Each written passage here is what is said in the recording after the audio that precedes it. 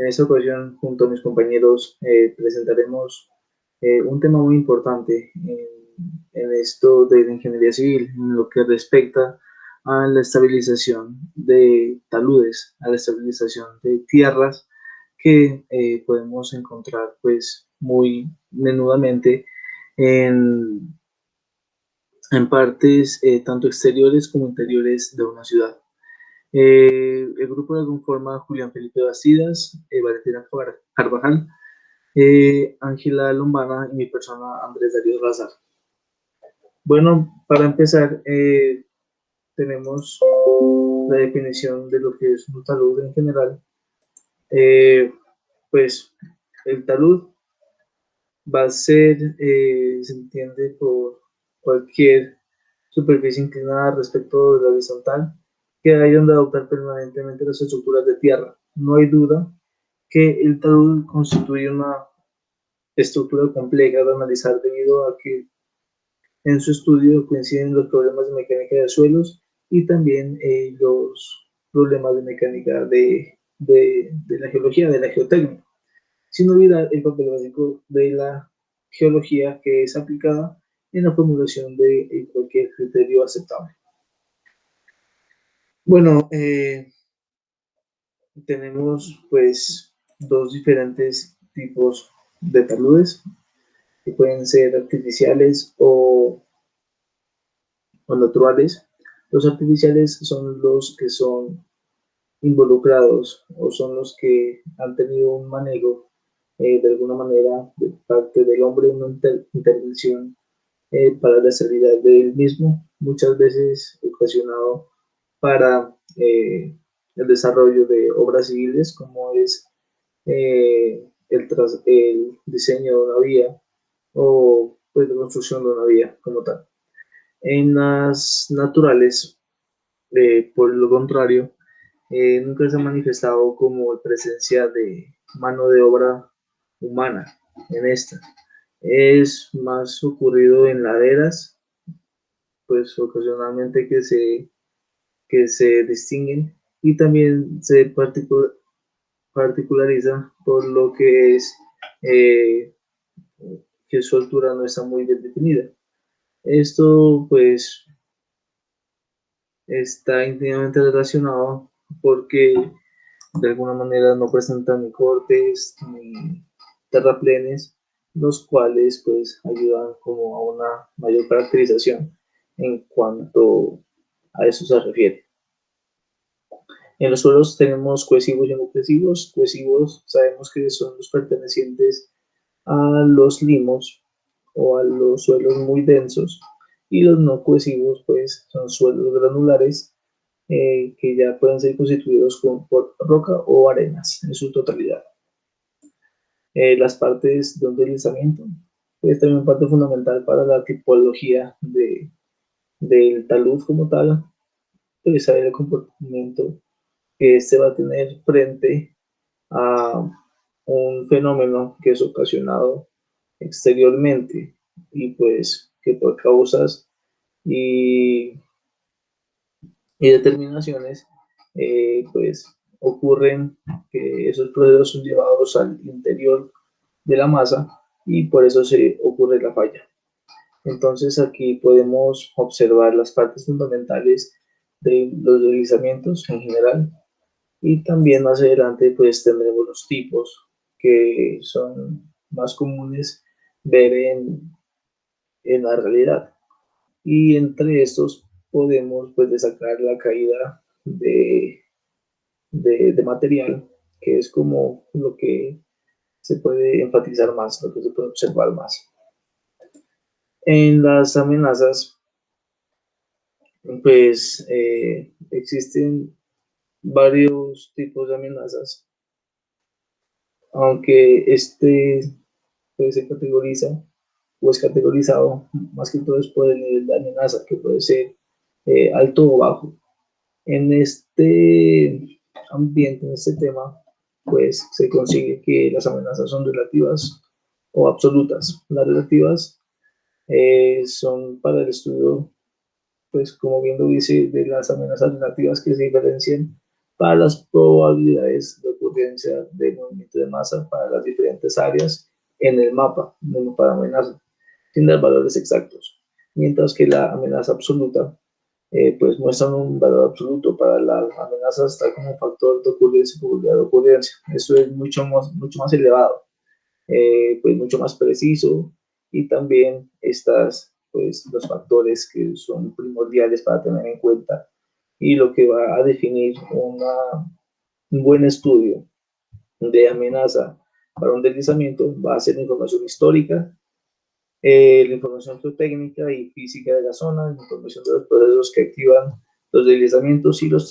estudios de probabilidades reales, pues que puede ocasionar algún tipo de daño eh, en, en el talud a causa de un deslizamiento. Las amenazas relativas absolutas, ya como lo vimos, y pues bueno, estas amenazas son muchas veces graficadas o entregadas, o pues se pueden eh, como manipular en mapas que nosotros mismos, los ingenieros civiles, pues hacemos para identificar muchos de los problemas que son observados y que son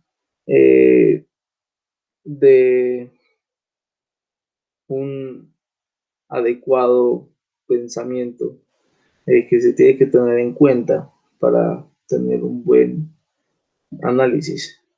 Entonces, entre los principales temas que tenemos que encontrar o tenemos que dar a conocer en este tipo de mapas está el tipo de evento, la magnitud o tamaño de los eventos, la distancia de recorrido, el límite de progresión y el periodo de retorno. Los parámetros para el análisis van a ser determinados por la hidrología, los usos de la tierra, los factores urbanos y la sismicidad tectónica. Pues la hidrología es más que todo lo que tiene que ver con aguas, pues eh, canales, de pronto eh, estaciones de aforo que pueden estar aledañas al, a la zona de estudio, y también alcantarillas, todo lo que tiene que ver con el flujo del agua. En los factores urbanos, de las construcciones, que también es necesario pues identificar la localización de cada una de las obras que pueden estar construidas eh, a una distancia prudente para tener mayor conocimiento y también tener mayor cuidado a la hora de tomar ya las decisiones próximas que van a definir la vulnerabilidad y también los riesgos que esta misma zona obtendrá.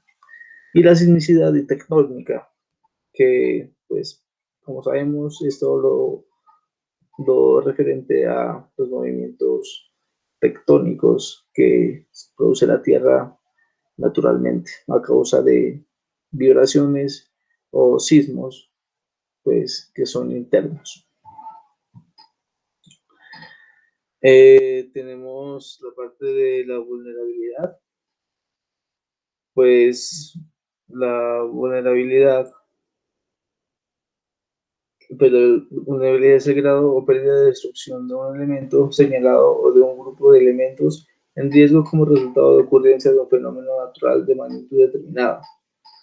Los factores a tener en cuenta de esta, pues depende de la naturaleza de los elementos y la localización del sitio donde se encuentran, si están arriba o abajo del desplazamiento, así como la naturaleza del elemento en riesgo. Pues estos factores también pueden ser encontrados en cuanto a la vulnerabilidad de la estructura, y pues como también a la vulnerabilidad de pérdidas humanas o pérdidas económicas o pérdidas sociales que son vistas muy frecuentemente a causa de un mal diseño o un mal planeamiento que se le dio a dicha a dicha zona, pues previo a la construcción de alguna obra que se vaya a implementar de este modo. Para las estructuras, pues es aconsejable tener una buena cimentación con el fin de que esta cimentación esté por debajo de la falla que nosotros hallaremos en un talud, que son muy frecuentes y que siempre va a haber una falla, el cual tenemos que tener en cuenta para tener un, un seguro, un aseguramiento que las estructuras van a poder estar estables en un lugar fijo y no por causa de esta falla, pues se puede deslizar o se puede ocasionar una catástrofe, habiendo pérdidas humanas y también pérdidas monetarias. Los riesgos son ambientales, sociales, en vías y los riesgos económicos también son muy importantes, pues estos son definidos por estas fórmulas que vemos en pantalla, que son tenidos en cuenta para el diseño y también para una buena, eh, sí, más que todo por el diseño que puede tener el talud en un momento dado y ese pueda tener una adecuada funcionalidad sin tener algún tipo de riesgo o pues intentar como disminuir más que todo los riesgos que ya como vimos son económicos, sociales y también muchas veces y lamentablemente de pérdidas humanas. El riesgo ambiental, por otro lado, pues se produce más que todo esa causa de causas no inmediatas, como lo es la contaminación del agua o también el deterioro que se le da al ambiente en donde fue puesta la obra y que pues en un futuro se mirará que el hábitat natural que funcionaba desde un principio pues no será el mismo. Mecanismos de falla en taludes, seguiremos con este tema. Bueno, en los taludes el mecanismo de falla progresivo, suele ser progresivo. Las fallas en la mayoría de los casos no ocurren de forma repentina, sino que se toman en un tiempo, el cual puede dar de minutos a años. El proceso se inicia con deformaciones o agrietamientos aislados relacionados con la concentración de esfuerzos. Esas deformaciones que se producen por la actuación de los esfuerzos generan a su vez disminuciones en la resistencia. Al inicio del movimiento es muy posible que estas deformaciones progresivas afecten volúmenes aislados del talud, pero a medida de que avanza el proceso de fallamiento, las principales deformaciones se concentran en una superficie o banda de falla, a lo largo de la cual se produce la rotura o falla del material. Si la resistencia se moviliza totalmente en cualquier punto de la superficie de falla, el suelo falla localmente. Al fallar el esfuerzo en el punto de falla, se reducen los esfuerzos y se transfieren a los puntos adyacentes, los cuales a su vez tratan de fallar. Bueno, pues dicho esto, nosotros en la figura podemos mirar que pues son los 4 diagramas, pues tratan de categorizar cómo es la consecuencia de esta falla y cómo a medida del tiempo, gracias también a un factor de seguridad que nosotros tendremos en cuenta, pues se va como acumulando, como dije, a medida del tiempo, hasta llegar a este punto o a este factor, entonces es donde se producirá la falla total. La inestabilidad de los taludes, pues es ocasionada a nivel tanto interno como externo. A nivel interno, la razón principal de la causa es por la reducción de resistencia del cortante y esta es pues evidenciada muy comúnmente por la meteorización o también por la presión de poros que esta masa densa de tierra, pues le produce a la superficie eh, donde se observa que pues está despejado con el ambiente. Y también las causas externas que se producen al nivel de la superficie del talud, que son ocasionadas por el aumento de esfuerzos por encima de la resistencia cortante.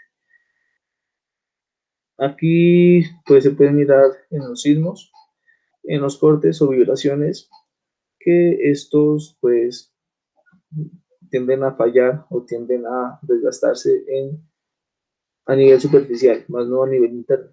Entonces también a causa de la erosión, muchas veces el material solamente fluye, haciendo que se produzca una especie de acumulación en, por ejemplo, una infraestructura vial, pues el cual obstaculizará a los vehículos y también al tránsito en general. Y por último, miraremos el movimiento post-falla, que es aquel que cuando ya está, pues, después de la falla, como tal dice el nombre, y el movimiento post-falla, pues, son realizados por tres componentes principales, que va a ser la energía potencial, la energía friccionante y la energía de remoldeo.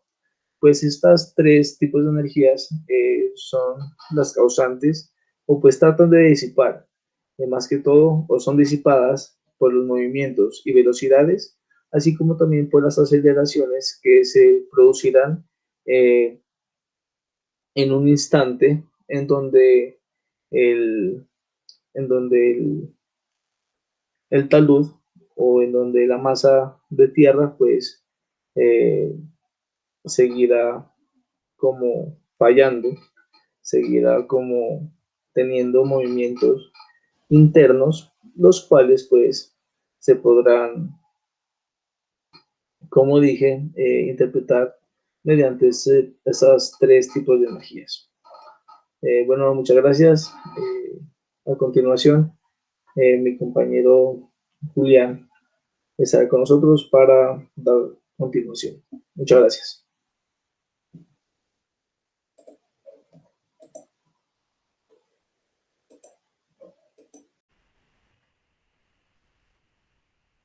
Bueno, continuando con los mecanismos de falla, eh, tenemos la deformación y desintegración. Esta es, es un proceso que está relacionado con diversos factores internos y externos, como puede ser la tectónica y neotectónica, que producen esfuerzos e inducen deformaciones, la erosión, la sedimentación, la lluvia, que produce modificaciones en la humedad y en la presión de poros, las inundaciones al producir saturación repentina, los sismos, las erupciones volcánicas, que además de las vibraciones generan un cambio en la temperatura, la expansión de los suelos, como ya lo dije, los cambios en la temperatura. Bueno, otro factor de, de deformación y desintegración son los cambios físico-químicos en los suelos, debido a que generalmente están relacionados con la pérdida de resistencia. Y, y se da más en suelos que contienen minerales de arcilla. Bueno, también encontramos la desintegración de los rellenos de roca arcillosa, el ablandamiento por deformación, deformaciones por concentración de esfuerzos y fatiga o deformación a largo plazo con carga sostenida. Se da especialmente en las arcillas o sea, específicamente en aquellas de alta plasticidad, debido a que se deforman en forma continua cuando están sujetas a carga sostenida. Bueno, el agrietamiento por tensión. La mayoría de los suelos poseen pues muy baja resistencia a la tensión y generación de esfuerzos. O sea, esfuerzos relativamente pequeños pueden producir grietas de tensión. Bueno, otro factor es la formación, inclinación y caída de losas, ya que se forman prismas o pequeñas placas, pudiendo existir así un deslizamiento y rotación. Generalmente estas fracturas por tensión son prerequisito para su ocurrencia. Eh, También encontramos las caídas de bloques, pues estos tienden a caer por gravedad. Encontramos también el desmoronamiento y descascaramiento y caída de granos. Pues esto es debido a que la masa de la roca está relacionado con la desintegración física de los granos. O sea, depende de la resistencia de las uniones intergranulares y las microgrietas relacionadas con los granos.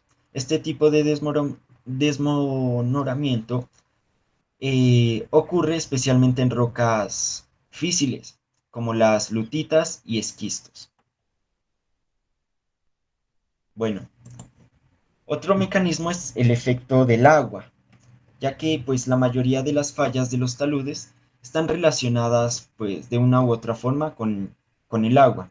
El agua juega un papel fundamental en la mayoría de los procesos que reducen la resistencia del suelo. Igualmente están relacionadas con varios tipos de carga que aumentan los esfuerzos de la cortante en los taludes. Bueno, los efectos del agua, como, como se ve, pueden ser el aumento del peso del suelo, es, que es cuando los sedimentos tienen porosidades altas y cuando los vacíos se llenan de agua. La disminución de resistencia por el agua absorbida debido a las fuerzas electroquímicas. El agua es absorbida muy fácilmente y se adhiere a los bordes y caras de las partículas. Bueno, la disolución, ya que el agua al fluir a través de los poros puede disolver los minerales que unen las partículas. Erosión interna. El agua al fluir puede generar pequeñas cavernas. Bueno, la presión de poros, la presión se aumenta debido pues a la presencia del agua, disminuyendo la resistencia a la fricción. Bueno, continuamos con los movimientos de masa y tierra. ¿Qué son estos movimientos? Estos, son uno de los procesos geológicos más destructivos que afectan a los humanos, causando miles de muertes y daños en las propiedades, por, por valores de billones de dólares. Bueno, los deslizamientos producen cambios en la morfología del terreno, diversos daños ambientales, daños en infraestructura y destrucción pues, de viviendas, puentes y bloqueos de ríos. Em, el volumen de daños generalmente es superior al de terremotos e inundaciones. Sin embargo, un gran porcentaje de estas pérdidas por deslizamientos son evitables. Eh, bueno, uno de estos tipos de movimientos es el movimiento caído, que es el desprendimiento o caída de materiales del talud. En los caídos se desprende una masa de cualquier tamaño desde un talud dependiente fuerte a lo largo de pues, una superficie en la cual el desplazamiento de corte es mínimo. Eh, pues la activación de caídas o derrumbes de suelo es muy común en los suelos residuales con estructuras heredadas. Generalmente van precedidos de agrietamientos del talud. Eh, bueno, la velocidad de los caídos se puede calcular por esta fórmula, que es donde la velocidad de los materiales aumenta dependiendo de la altura de la caída. Y pues la velocidad disminuye si no se presenta caída libre. A menor ángulo horizontal, menor sería la velocidad. Bueno, otro tipo de movimiento es la de inclinación o volcamiento. Este tipo de movimiento consiste en una rotación hacia adelante de una unidad de material térreo, con centro de giro por debajo del centro de gravedad.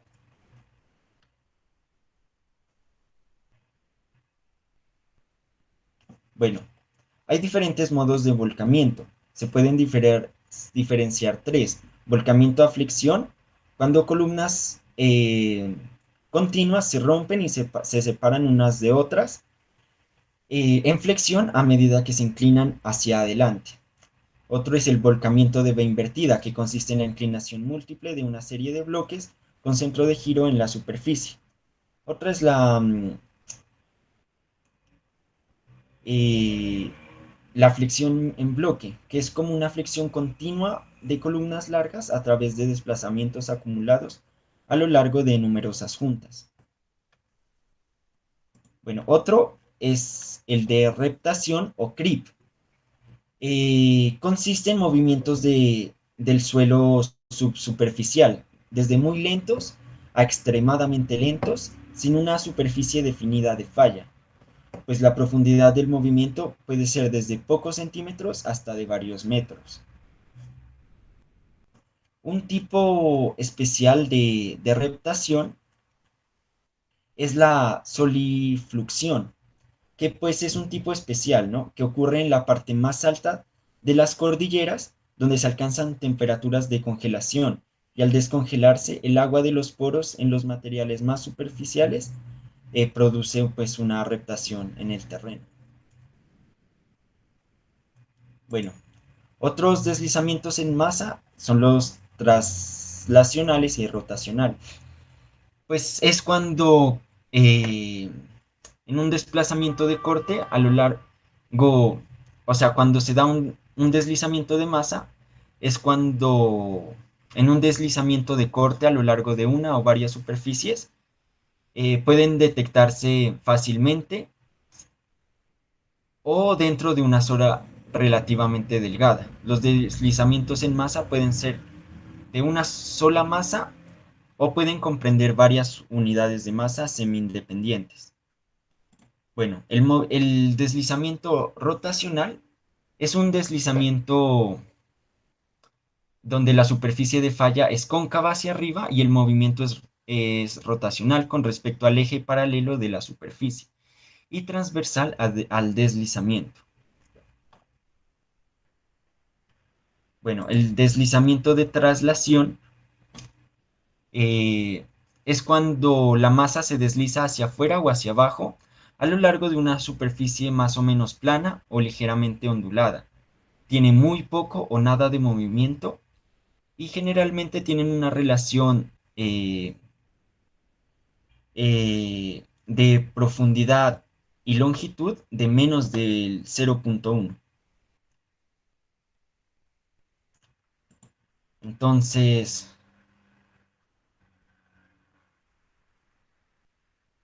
bueno, ¿cuál es la diferencia en sí de los movimientos de rotación y traslación?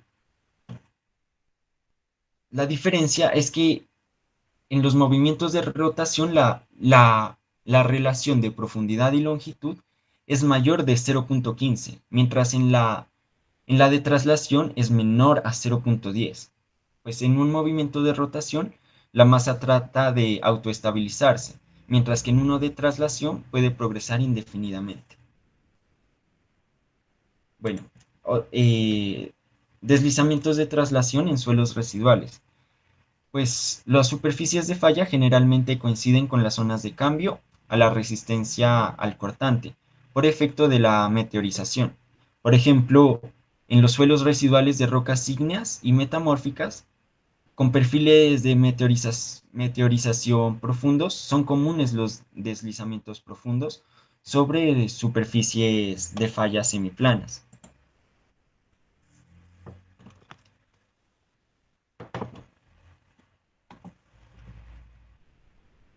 Bueno, los deslizamientos compuestos de traslación y rotación. Estos con frecuencia se presentan dentro del patrón de deslizamiento general. Bueno, son movimientos de traslación y de rotación. A estos movimientos pues se le conocen como compuestos.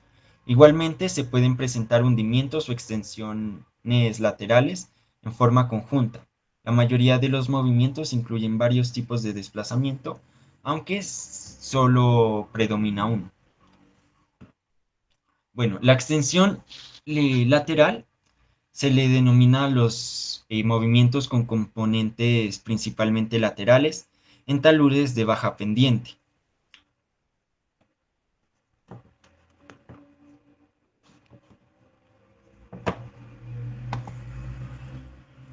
Bueno, tipos de extensión lateral. Existen diferentes tipos, pero se debe distinguir entre dos principalmente, que son los movimientos distribuidos en una extensión pero sin una superficie basal bien definida de corte o de flujo plástico, y los movimientos que envuelven fracturas y extensión de roca o suelo, debido a la licuación o flujo plástico del material subyacente.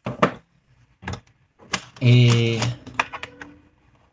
bueno, continuamos con los movimientos pues, de hundimientos, que son movimientos generalmente verticales de masas de suelo, en los cuales ocurre una disminución de volumen general del terreno, pues los procesos de hundimiento de gran magnitud se clasifican como parte de los movimientos en masa o deslizamientos. Bueno, existen diferentes tipos de hundimientos, como hundimientos por deformación geológica, que son conocidos en la nomenclatura internacional como sagging. Consisten en deformaciones profundas a gran escala y pues bajo la influencia de la gravedad. Luego tenemos otro tipo que es la depresión por subsidencia, que consiste en el hundimiento generalizado del terreno. Eh, Otro tipo son los hundimientos y desplazamientos confinados por cambio de presiones de poro, que con relativa frecuencia eh, ocurren pues estos hundimientos dentro del terreno en condiciones confinadas o semiconfinadas, sin que se presenten superficies de falla completas. Y por último, el hundimiento de terraplenes. Existe una tendencia de los terraplenes a experimentar cambios de volumen y asentamiento o hundimiento. Generalmente estos movimientos del talud están relacionados con deficiencias en el proceso de compactación. Bueno, a continuación tenemos el tipo de movimiento del flujo, que es donde ocurren movimientos relativos de las partículas o bloques pequeños dentro de una masa, que se mueve o se desliza sobre una superficie. Bueno, la activación de los flujos ocurre por las lluvias, por el deshielo de nevados, por la alteración de suelos sensitivos, por deslizamientos en zonas de alta pendiente. Y bueno, como tipos de flujo, encontramos los flujos de bloques de roca, que es cuando los flujos de- eh, están compuestos por bloques o cantos de roca con o sin presencia de materiales finos. Las pendientes de estos taludes comúnmente son muy empinadas, más de 45 grados. Otro son los flujos de residuos o de detritos, que son movimientos relativamente rápidos, que llegan a ser extremadamente rápidos y están compuestos de materiales gruesos con menos del 50% de finos. Bueno,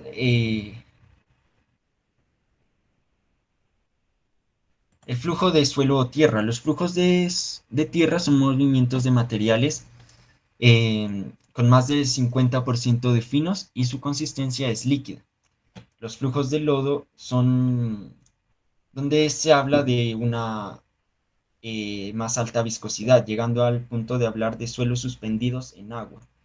Los flujos de lodo alcanzan velocidades muy altas y poseen grandes fuerzas destructoras. Bueno, otro serían las avalanchas. Las avalanchas es cuando los flujos alcanzan grandes velocidades. Eh, en las avalanchas el flujo desciende formando una especie de ríos de roca, suelos y residuos pues diversos. Y bueno, los lahares constituyen un tipo especial de avalancha o flujo de detritos, generados por el deshielo rápido de áreas de nevados. Bueno, aquí tenemos una tabla de la caracterización de los movimientos, que se los puede clasificar según pues, la secuencia, el estado de actividad, el tamaño, la velocidad y la humedad. Bueno, a continuación se va a hablar sobre algunos mecanismos de estabilización para estos movimientos. Eh, pues, ¿qué es lo que hacen? O sea, las fuerzas resistentes pueden incrementarse. Se puede generar un drenaje para incrementar pues, la resistencia de los materiales. Se puede eliminar estratos débiles o zonas pues, potenciales. Se generan estructuras de contención, se refuerza el suelo y pues, se puede generar un tratamiento químico. Bueno, uno de los más comunes es el mecanismo de contrapesos o contrafuertes, que son una técnica utilizada para contrarrestar las fuerzas actuantes en un talud. Consiste en la acción de un peso de gran magnitud en la parte baja del talud o del deslizamiento. El contrapeso tiene por objetivo equilibrar los, los momentos que generan la falla. Eh, Oye, otro mecanismo es la modificación de la pendiente del talud. Bueno, aquí se genera pues una modificación de la pendiente para que no se produzcan movimientos de inclinación o caídos. Aquí podemos ver en la imagen eh, eh, dónde iría perfectamente modificar pues la pendiente de, de esta montaña, por así decirlo. Bueno, otro mecanismo es la construcción de bermas intermedias para pues movimiento de flujo. Aquí podemos ver que son muy utilizadas en las minas y sabemos que se debe construir un drenaje adecuado eh, para las aguas de escorrentía recolectadas por las bermas.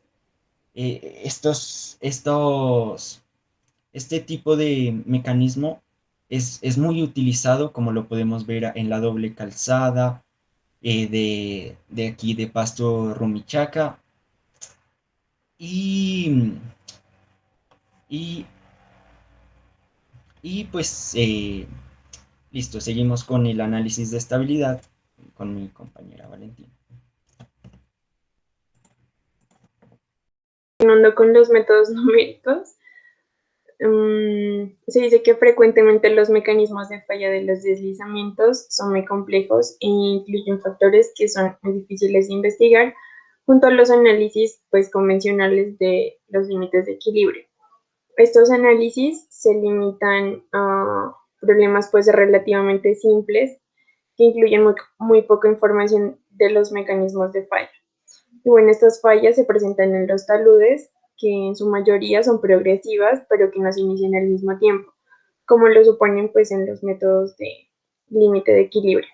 Dentro de estos métodos numéricos se encuentran pues algunos modelos, como lo son los modelos numéricos continuos, que se dice que son los mejores para analizar taludes de suelos, de rocas masivas compuestas, rocas blandas o materiales pues tan fracturados que pueden comportarse como suelos. también están el método de elementos finitos que pues se pueden interconectar con sus nodos y en los bordes predefinidos. Pues este método típicamente es utilizado para la formulación de desplazamientos que presentan los resultados en forma de esfuerzos y desplazamientos en los puntos nodales. Bueno, una condición de falla es la de un fenómeno progresivo en donde pues no todos los elementos fallan simultáneamente. Bueno, algunas ventajas de este método es que se puede considerar el comportamiento no lineal de los materiales en la totalidad del dominio analizado. También pues es posible moderar la consecuencia de excavación incluyendo la instalación de refuerzos y sistemas de estructura de soporte, además pues de la falla progresiva y también pues los detalles estructurales de juntas o fisuras cercanas que pueden modelarse utilizando pues una técnica de homogenización. También pues se puede introducir un comportamiento de los materiales con base en el tiempo. Además pues del sistema de ecuaciones se lo considera que es simétrico, pues con excepción de los problemas elastoplásticos de flujo. También se puede emplear una formulación convencional de deformaciones para la mayoría de las posibilidades de carga. Y pues existe bastante experiencia sobre el uso de los modelos y los programas de software que han sido pues actualizados y teniendo en cuenta pues las experiencias. Algunas desventajas de este mismo método es que debido al sistema de ecuaciones que es muy grande, requiere pues de tiempos prolongados y capacidades altas de memoria, dependiendo pues de la estructura general de los taludes y pues la implementación de los algoritmos del código de elementos finitos. También se considera pues la totalidad del volumen del dominio analizado que tiene que discretizarse. Bueno, algunos modelos requieren de algoritmos sofisticados de acuerdo con el tiempo de material constitutivo utilizado. Y el método pues no es apropiado para rocas muy fracturadas o suelos alteradamente fisurados cuando las discontinuidades se encuentran distribuidas en forma pues no uniforme. Y bueno, continuando pues con el método de diferencias finitas, se dice que pues dentro de este método los materiales representados por zonas que forman una malla de acuerdo con la geometría, se puede seleccionar una variedad de relaciones, esfuerzo de formación y pues en cuanto a su utilización, se la considera pues para modelar masas rocosas con un alto grado de fracturación. Seguido de esto pues se encuentran los métodos de elementos distintos o discretos. Bueno, dentro de este método pues no se permite analizar en forma precisa la influencia de la estructura geológica, aunque los métodos continuos pueden modificarse para acomodar las discontinuidades. Este procedimiento es difícil y complicado, pues en cuanto a en comparación a los diferentes métodos nombrados anteriormente. Y pues por su parte permiten modelar en forma relativamente pues sencilla taludes donde el mecanismo de falla está controlado por el comportamiento de las mismas discontinuidades. Seguido a este, pues también se encuentra el modelo combinado de elementos finitos y elementos de borde. Teniendo en cuenta las desventajas que se identificaron anteriormente, se pueden minimizar estas limitaciones utilizando los dos métodos en forma pues combinada. Estos modelos combinados se pueden pues obtener discretizando el suelo o la roca dentro de la determinada zona pues en particular. Y pues pero sin embargo la modelación de discontinuidades es complicada y genera un sistema de ecuaciones no simétricas en el modelo combinado. Como ese sistema es relativamente nuevo, todavía se debe resolver algunas dificultades, aunque ya existen ciertas experiencias positivas. Bueno, algunas ventajas de este modelo de elementos de borde es que la discretización del área y no del volumen reduce los esfuerzos de procesamiento. También está que la misma discretización de áreas conduce a los sistemas de menor número de ecuaciones y se requiere menos tiempo pues, en el computador y la capacidad del disco. También se puede modelar fracturas e interfaces entre materiales localizados donde pues lo requiera. Y algunas pues desventajas de este mismo modelo es que se pueden considerar pues comportamientos en materiales elásticos con excepción de las interfaces y discontinuidades. También pues que el sistema de ecuaciones generalmente es asimétrico. También que no es posible modelar secuencias de excavación ni estructuras de soporte. Y pues estas desventajas hay que tenerlas en cuenta. Bueno, continuando con la investigación de deslizamiento, pues esta investigación consiste en obtener toda la información posible sobre las características topográficas, geológicas, geotécnicas y ambientales que permitan realizar pues un diagnóstico de los problemas lo más preciso posible y también que permita pues un diseño efectivo de su solución o remediación. Bueno, para el propósito pues de esta investigación es necesario conocer cuáles son los parámetros básicos que afectan la estabilidad del talud y caracterizarlos. También se requiere pues examinar en particular tres aspectos para evaluar la estabilidad de los taludes en términos pues de ingeniería. El primero pues consiste en definir tres dimensiones, las cuales pues se caracterizan en la masa inestable con referencia particular a las superficies de cortante y los planos de falla. Como segundo elemento, pues se deben analizar las propiedades y características de los materiales y de los elementos activadores, tales pues como lo rige el régimen y los eventos sísmicos. Bueno, pues dentro de este esquema se encuentra pues la formulación de un proyecto, el cual se divide pues en varias etapas, las cuales están pues dentro del trabajo de campo y de laboratorio se encuentra la georreferenciación. Esta pues en general se basa como en el mapeo, en las fotos terrestres y en los mapas topográficos. Bueno, pues dentro del trabajo de laboratorio se encuentran pues divididos en varias etapas igualmente, las cuales pues están en la geología superficial, pues donde se encuentran las fotos aéreas, los sensores remotos, los mapas geológicos y los mapas de suelo. También está pues los sondeos, donde pues se hace la toma de muestras, los ensayos, pues el cual se requiera, pues el estudio. Y también se encuentra la geofísica, donde pues se estudian los fenómenos sísmicos y pues también la estratigrafía del suelo, se podría decir.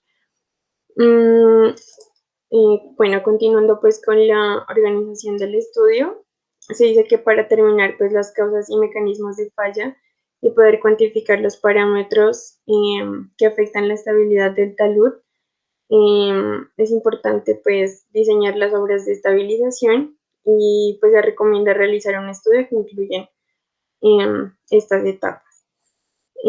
Por primer lugar, está el reconocimiento e identificación del sitio, el análisis de la información existente, también está el estudio de la caracterización por superficial del sitio, que permite la caracterización topográfica y geotécnica. También está la investigación de campo, que pues incluye los sondeos, las tomas de muestra y ensayos para pues cuantificar los parámetros del suelo. También está la elaboración del modelo conceptual de los mecanismos de falla actuales, además de la modelación matemática, pues utilizando varios softwares, la instrumentación y monitoreo. Y por último está la elaboración del manejo y diseño de obras de remediación. Pues también es importante resaltar que para realizar efectivamente pues el trabajo de investigación se requiere pues el curso de grupos interdisciplinados pues integrados por diferentes profesionales como lo son los geotecnistas, los geólogos, los hidrólogos, los forestales, los topógrafos, laboratoristas o geotecnólogos. Y pues en algunas ocasiones especialistas, pues quienes pueden conformar un grupo de trabajo. El análisis y la evaluación de un deslizamiento generalmente requiere de la experiencia del profesional pues encargado. Sin embargo, pues la experiencia a veces es mala consejera porque lo que pues puede ocurrir en el sitio no es necesariamente lo que está ocurriendo en otro sitio. Entonces, así que pues varios factores pueden variar. Pues otras causas comunes pues en los fracasos de las investigaciones es que de acuerdo pues a los procesos que se lleven, el conocimiento general también de los mismos procesos geológicos pues no es utilizado en la planificación del programa de exploración y en la evaluación de la información recolectada. El investigador pues tiene que tener una noción preconcebida de lo que debería ser la evaluación en el sitio y no permitió pues considerar evidencias, pues generalmente se lo considera como un fracaso dentro de la investigación. Y bueno, para finalizar, hablaremos un poco de de las investigaciones preliminares en el sitio. Lo más importante, pues, desde el punto de vista conceptual y que tiene, pues, como objetivo recolectar la información básica, generalmente, pues, para entender estos procesos que ocurren en la mayoría de veces, pues, en taludes o deslizamientos. Se debe tener en cuenta un análisis pues, general de la información existente y pues definir anticipadamente el área de interés. Para esto pues es importante obtener información pues si se encuentra disponible, como lo es pues los informes de investigaciones anteriores del sitio y de sectores aledaños, pues también pueden ser los planos topográficos existentes, algunas fotografías aéreas, imágenes de Google Earth o otros sitios disponibles en Internet, mapas disponibles en Internet, fotos históricas relevantes, mapas geológicos regionales o locales y pues información de varias redes o periódicos. Bueno, esto fue todo por nuestra exposición. Muchas gracias. Bueno, hablaremos sobre el análisis de estabilidad. Se puede decir que la modelación matemática de los taludes es parte de la práctica de la ingeniería geotécnica, con el objeto de analizar las condiciones de estabilidad de los taludes naturales y la seguridad y funcionalidad del diseño en los taludes artificiales. Pues se puede decir que existe una gran cantidad de metodologías para la modelación matemática. Y pues estas dependen del objeto, del análisis y de los resultados que se desea obtener. Los objetivos principales son los siguientes, que son determinar las condiciones de estabilidad del talud. Pues aquí podemos mirar si es estable o inestable y el margen pues, de estabilidad. Investigar los mecanismos potenciales de falla, o sea, cómo analizar cómo ocurre la falla. Determinar la sensibilidad o susceptibilidad de los taludes a diferentes mecanismos de activación, o sea, el efecto de las lluvias, los sismos y bueno, entre otros. comparar la efectividad de las diferentes opciones de remediación o estabilización y su efecto sobre la estabilidad del talud. Y el último sería diseñar los taludes óptimos en términos de seguridad, confiabilidad y economía. Bueno, vamos a hablar sobre las herramientas disponibles. Bueno, para el análisis de estabilidad de taludes, pues se disponen de varias herramientas como las tablas o ábacos. Pues las tablas o ábacos, el análisis gráfico, cálculos manuales, hojas de cálculo y el uso del software. Entonces, podemos mirar que en las tablas o ábacos, pues se han elaborado tablas y ábacos para calcular de forma rápida y sencilla factores de seguridad para una variedad de condiciones. Para los análisis gráficos, históricamente, pues se han utilizado procedimientos gráficos de polígono de fuerzas para calcular las condiciones de estabilidad de los taludes. Pues estos sistemas, pues son es pocamente usado actualmente. Los cálculos manuales. Dice que la mayoría de los métodos de análisis se desarrollaron para los cálculos matemáticos manuales o con calculadora de acuerdo con fórmulas simplificadas. Dentro de las hojas de cálculo se puede decir que algunos autores han desarrollado pues hojas de cálculo, las cuales pueden utilizarse en el análisis de taludes sencillos o con bajo nivel de complejidad. Y hablaremos un poco del uso del software. Pues las técnicas y análisis que se escojan depende de las características, de los sitios y del modo de potencia de falla, dando especialidades, consideración a las fortalezas, las debilidades y las limitaciones de cada metodología de análisis. Pues hasta el año 1975, la mayoría de los análisis de estabilidad se realizaban de forma gráfica o utilizando calculadoras o manuales. Pues ahora con la llegada del computador, los análisis se pudieron realizar de forma pues más detallada. Inicialmente pues se utilizaban tarjetas Fortran y recientemente los programas de software, los cuales pues cada día son más avanzados. Pues teniendo en cuenta que existen grandes aplicaciones numéricas en la actualidad y pues es esencial que el ingeniero pues las entienda y entienda pues las fortalezas y limitaciones que estas tienen, ya que pues bueno, existe pues una gran cantidad de herramientas para el análisis de estabilidad de taludes. Dentro de estas herramientas son métodos de equilibrio límite que son más utilizados. Sin embargo, pues los métodos de esfuerzo de formación utilizados, elementos finitos, pues han adquirido gran importancia y uso en los últimos años. Bueno, vamos a hablar sobre las metodologías para el análisis de la estabilidad. Dentro de las metodologías disponibles se encuentran los métodos de límite de equilibrio, los métodos numéricos y los métodos dinámicos para el análisis de caídos de roca y flujos, entre otros. Los métodos numéricos son la técnica que muestra la mejor aproximación al detalle de las condiciones de la estabilidad, en la mayoría de los casos de evaluación de estabilidad de taludes. Pues sin embargo, los métodos de límite de equilibrio son más sencillos de utilizar y permiten analizar los casos de falla traslacional y de falla rotacional, así como las fallas de inclinación y las fallas de cuña. Pues igualmente, todos estos métodos de límite de equilibrio pues permiten el análisis combinado de técnicas probabilísticas. Pero en el caso de los sistemas de falla complejos, pues es conveniente utilizar metodologías de modelación que tengan en cuenta los factores que producen los movimientos.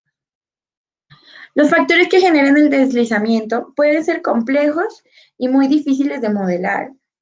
No obstante, pues con el objeto de analizar estas situaciones complejas, existen algunas herramientas utilizando elementos finitos, diferencias finitas y elementos discretos de modelación dinámicos. Bueno, aquí tenemos las metodologías utilizadas en la modelación de taludes. Vamos a hablar por método, parámetros utilizados, ventajas y limitaciones. Respecto al límite de equilibrio, los parámetros utilizados son la topografía del talud, estratigrafía, ángulo de fricción, cohesión, peso unitario, niveles freáticos y cargas extremas. externas, perdón. Dentro de las ventajas del límite de equilibrio tenemos que existe una gran cantidad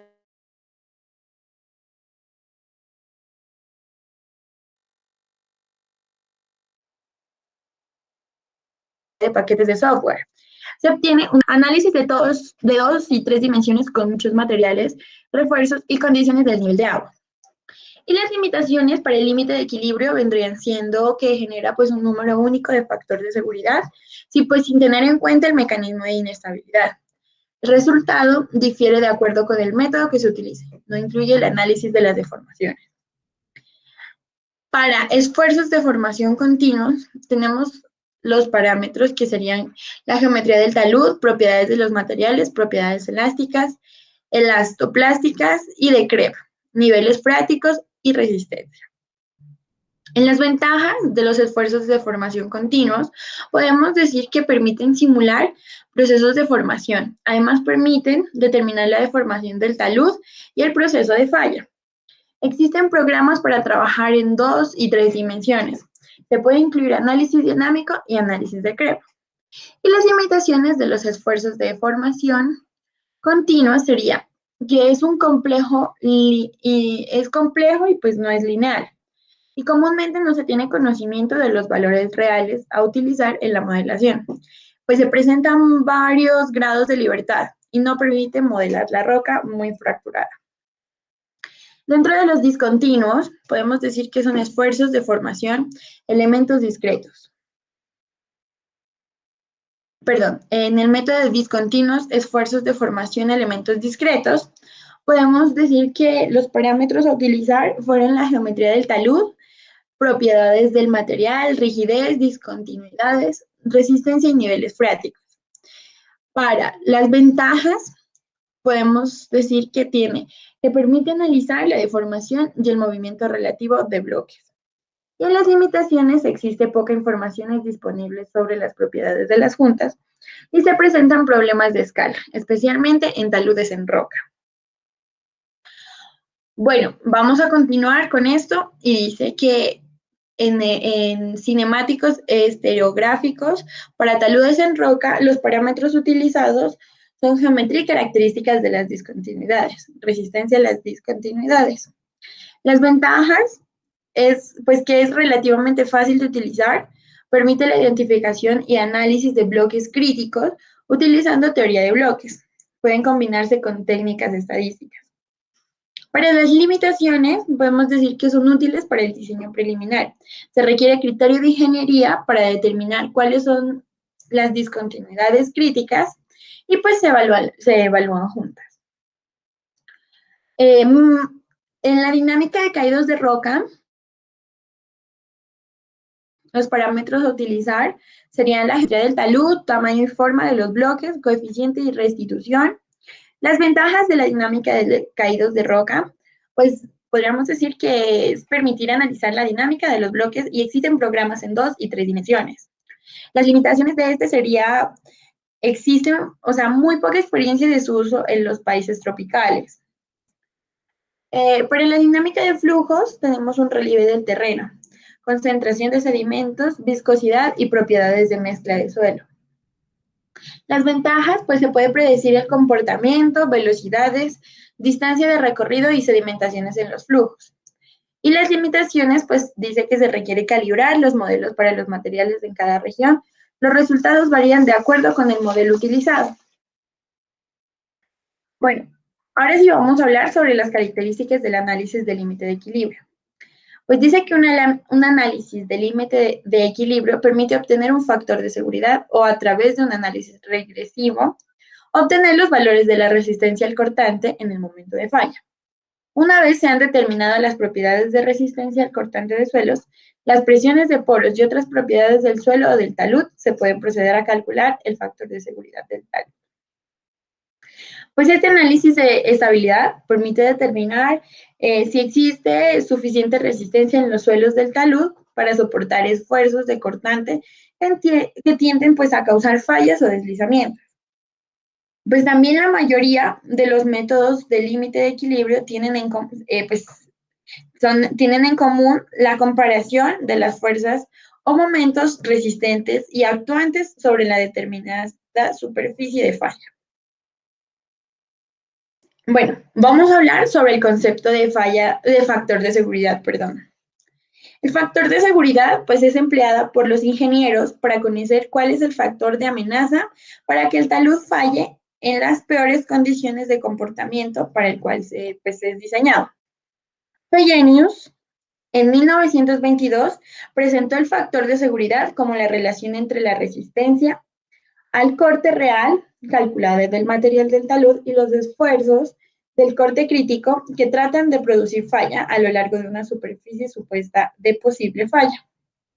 Entonces, obtuvo que el factor de seguridad es igual a la resistencia al cortante disponible sobre o dividido el esfuerzo al cortante actuante.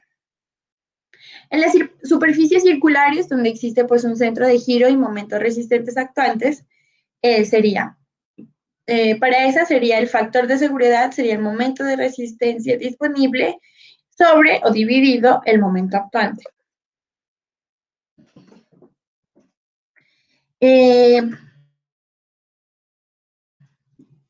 Otro criterio, pues, es dividir la masa que se va a estudiar en una serie de tajadas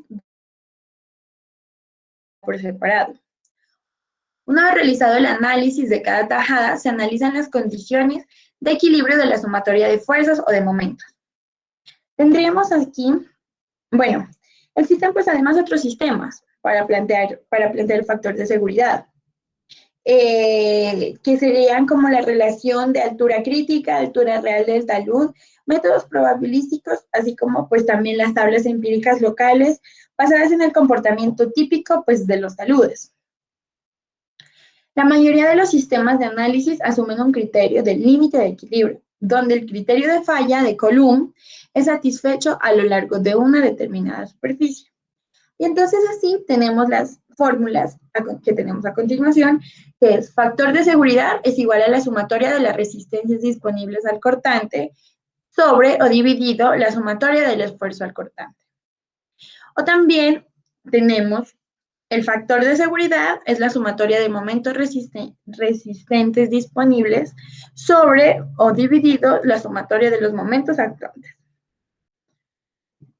Ahora hablaremos sobre el concepto de falla. En tiempo de superficie de falla, pues se utiliza para referirse a una superficie asumida a lo largo del cual puede ocurrir el deslizamiento, la rotura del talud, como lo podemos mirar en la imagen. En los métodos de límite de equilibrio, el factor de seguridad se asume que es igual para todos los puntos a lo largo de la superficie de falla.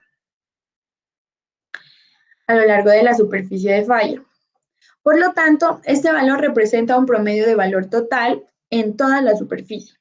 Si la falla ocurre, los esfuerzos al cortante serían iguales en todos los puntos a lo largo de la superficie de falla. Pues generalmente se asume un gran número de superficies de falla para encontrar la superficie de falla con el valor mínimo del factor de seguridad, pues la cual denominamos superficie crítica de falla o superficie de falla crítica. Vamos a hablar sobre las formas de superficie de falla. Las técnicas del límite de equilibrio se utilizan cuando las fallas corresponden a los deslizamientos de traslación o de rotación sobre superficies de falla determinadas. En las figuras que presentamos aquí, que dice, en el punto A, la primera es circular, la segunda es una cuña y la tercera es general o no circular. Se puede estudiar superficies planas, circulares, logarítmicas, parabólicas y combinaciones de estas. En los últimos años se han desarrollado algunos modelos de superficies de falla con formas no geométricas. Ok, en el análisis de superficies planas, podemos decir que cuando existen discontinuidades planas en la roca o en el suelo del talud, se acostumbra realizar el análisis de falla a traslación. Esta técnica asume el deslizamiento traslacional de un cuerpo rígido a lo largo de un plano, a lo largo de la intersección de dos planos, como en el caso de la falla en cuña. El análisis de superficies de curvas, se puede decir que en los suelos o rocas blancas las superficies de falla o deslizamiento tienden a tener una superficie curva. A estas superficies se les conoce como círculos de falla o superficies de falla rotacional. En el análisis de estabilidad se debe determinar la localización de la superficie crítica de falla y el factor de seguridad a lo largo de esta superficie. Las grietas de extensión, decimos que la existencia de grietas de extensión aumenta la tendencia del suelo a fallar. La longitud de la superficie de falla a lo largo de la cual se genera resistencia es reducida y adicionalmente la grieta puede llenarse con agua. En el caso de las lluvias se pueden generar presiones de poros transitorias que afectan la estabilidad del talud. Entonces, vamos a mirar la imagen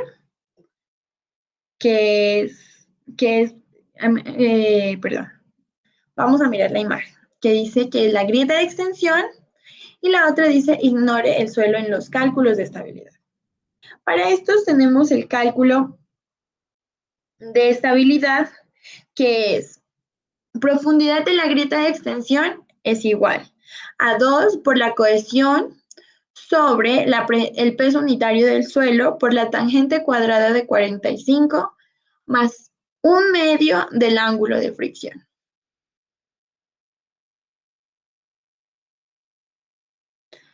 Vamos a hablar sobre los parámetros utilizados. Un momento, por favor.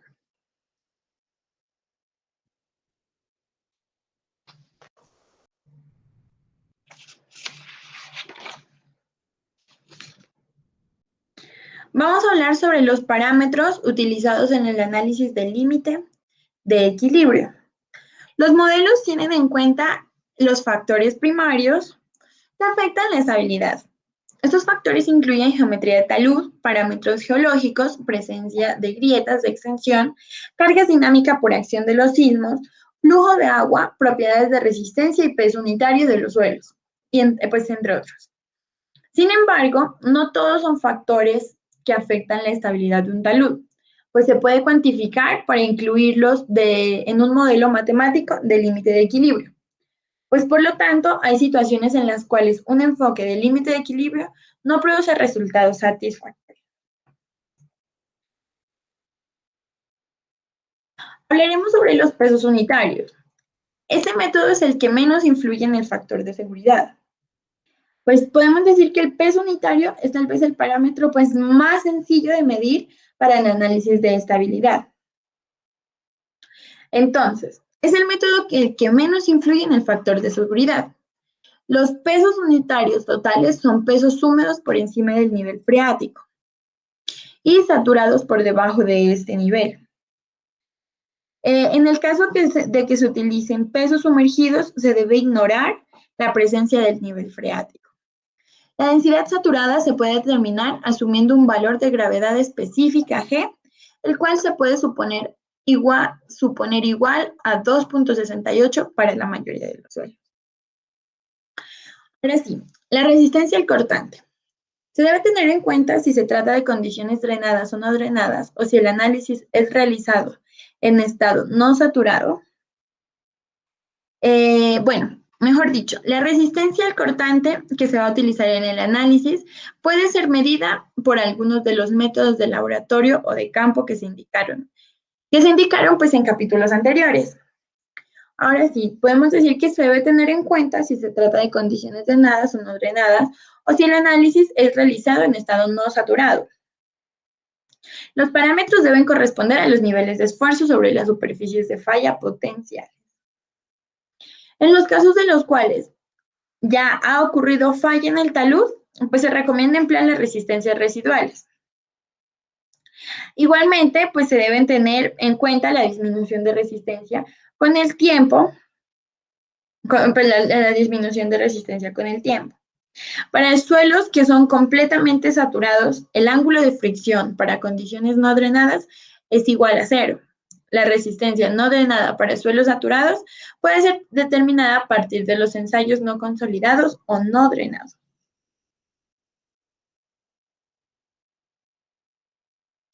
Bueno, vamos a hablar sobre las condiciones drenadas o no drenadas. Si la estabilidad es causada por los cambios en la carga, tal como la remoción de materiales en la parte baja del talud o aumento de las cargas en la parte superior, estos no pueden no tener tiempo suficiente para drenar durante el tiempo en el cual ocurre el cambio de la carga.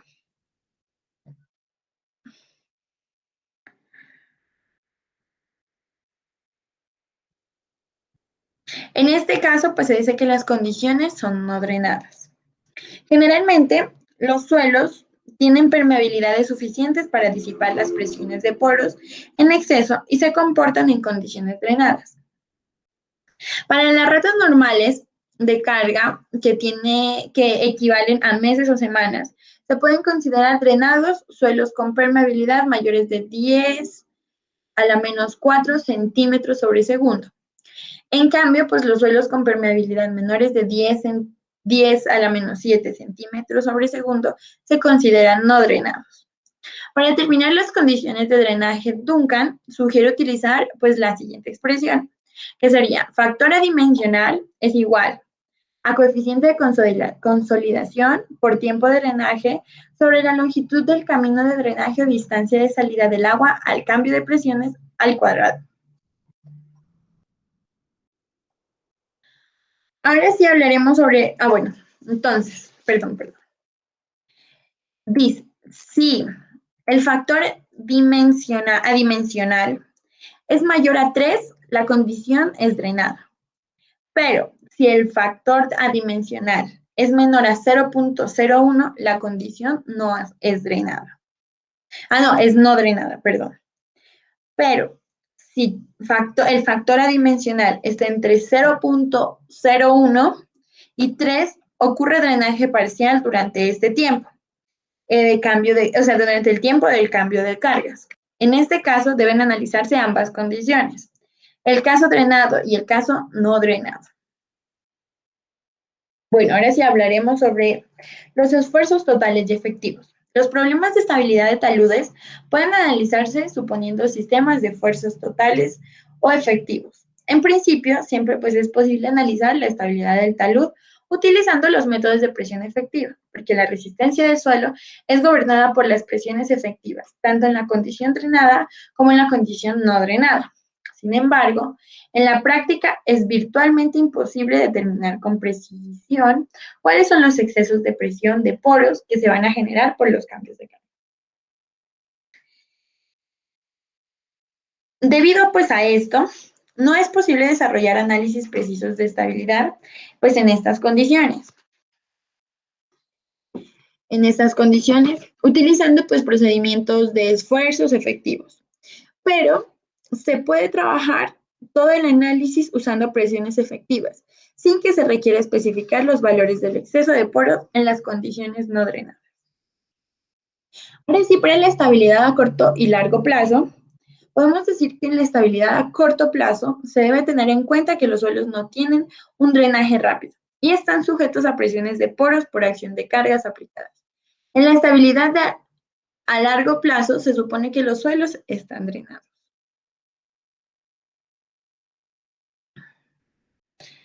Hablaremos sobre las limitaciones de los métodos de límite de equilibrio. Pues los análisis de límite de equilibrio tienen algunas limitaciones, entre las cuales pues, se encuentran las siguientes. Las que solamente se basan en la estática.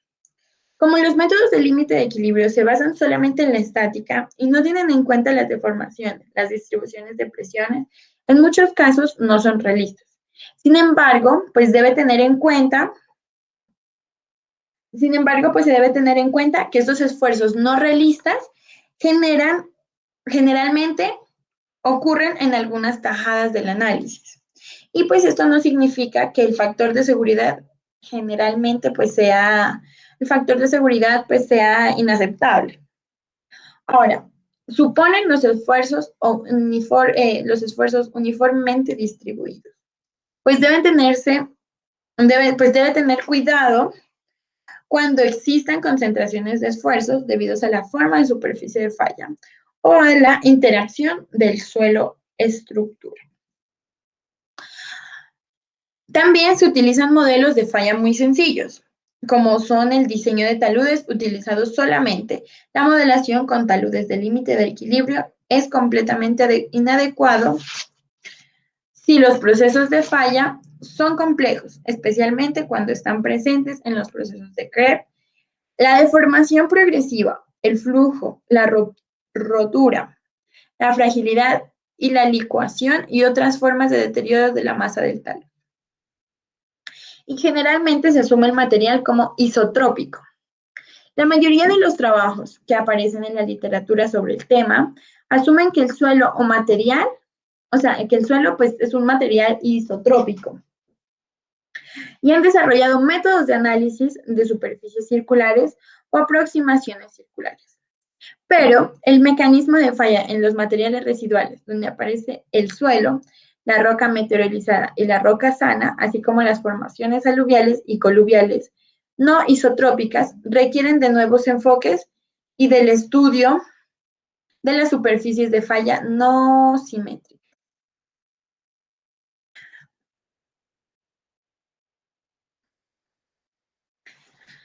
Bueno, durante muchos años pues se ha realizado análisis de movimientos de taludes o laderas, haciendo uso de las técnicas del límite de equilibrio.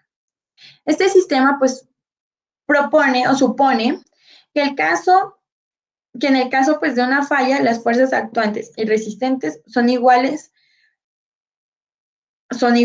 a lo largo de la superficie de falla y equivalentes pues a un factor de seguridad 1. El análisis se puede realizar estudiando directamente la totalidad de la longitud de la superficie de falla o dividiendo la masa deslizada en tajadas o dovelas. Cada día pues se ha ido mejorando los sistemas de dovelas desarrollados por Peterson y Fellenius. Algunos métodos son precisos y otros solamente pues son aproximados. En esta figura vamos a mirar, en la figura que encontramos a la derecha, vamos a mirar los métodos de cálculo. Entonces, métodos de equilibrio, vamos a hablar primero sobre los métodos de equilibrio de límite, que son exactos de rotura plana, rotura por cuña, cuña simple, cuña doble o cuña triple. Y en los aproximados, tabla de Taylor y tabla de Hampo. Y son métodos de equilibrio de límite, también son los no exactos, que son los métodos de estabilidad global, que tienen espiral logarítmica y arco circular, y los métodos de dovelas, aproximados en Han-Bu, Fellenius, Bishop simplificado.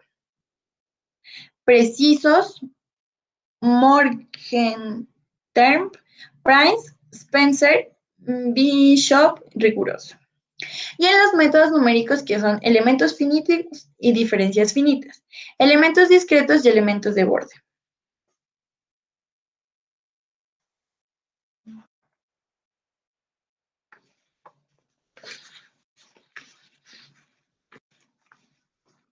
Bueno, ahora hablaremos sobre el método de talud infinito.